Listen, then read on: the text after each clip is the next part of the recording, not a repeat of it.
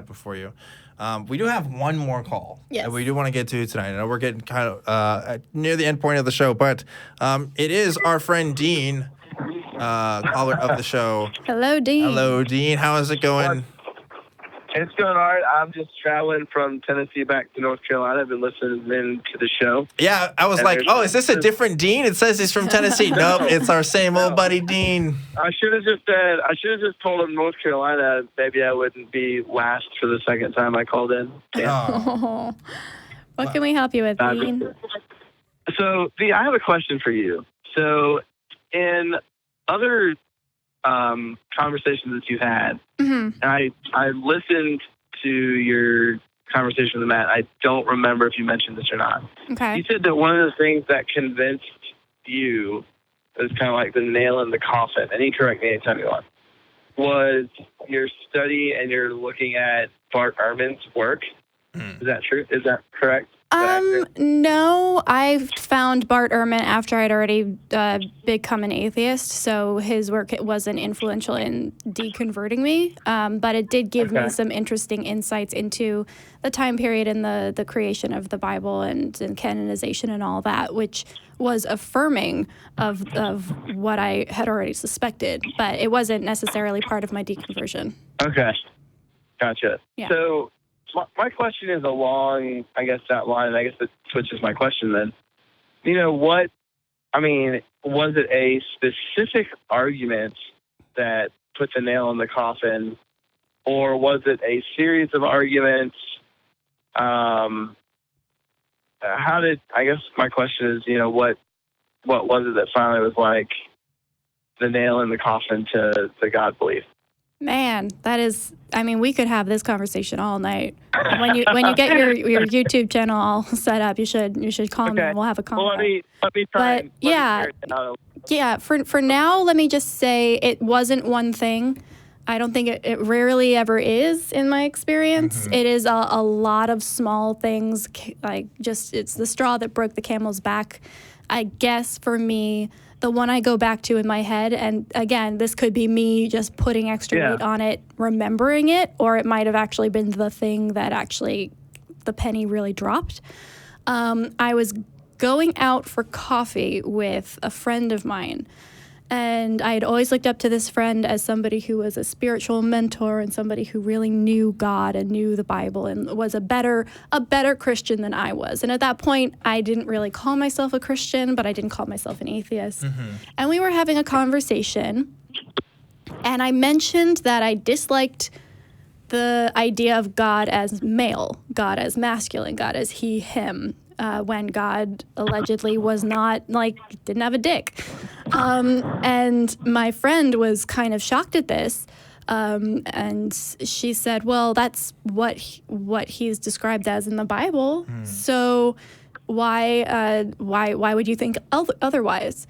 And I said, well, because men wrote the Bible, and they wrote it in a time period where if an entity of any kind was going to have weight and authority, it would have to be male, because that was in the...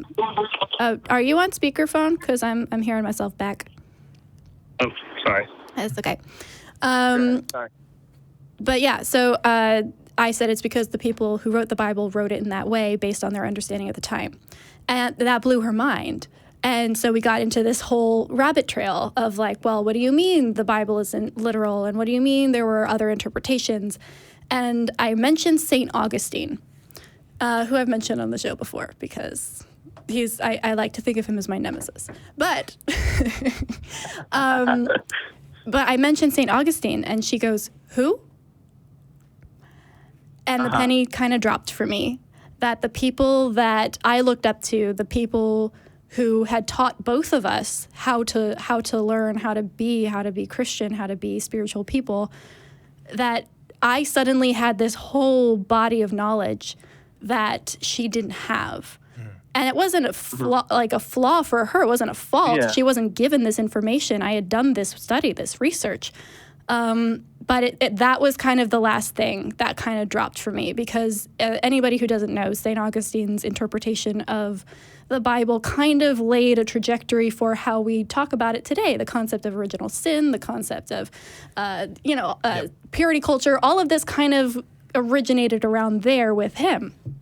And so to hear that the person that influenced 90% of how she read the Bible wasn't even a person she knew existed, kind of just, it really shook me.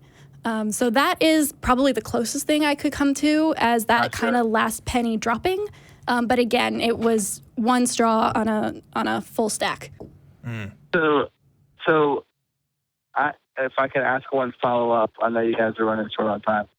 My follow-up would be then, if that's what kind of was the last straw that broke the camel's back, if the web there could be unwoven and it wasn't the case that, I guess if the inverse were true of that, what you just described, would that cause you to go back to Christianity? Because it seems like, and I could be wrong, it seems like what you're saying is what broke the camel's back for me is the person who I looked up to was simply or possibly potentially uninformed about what I knew, and therefore I gave up Christianity.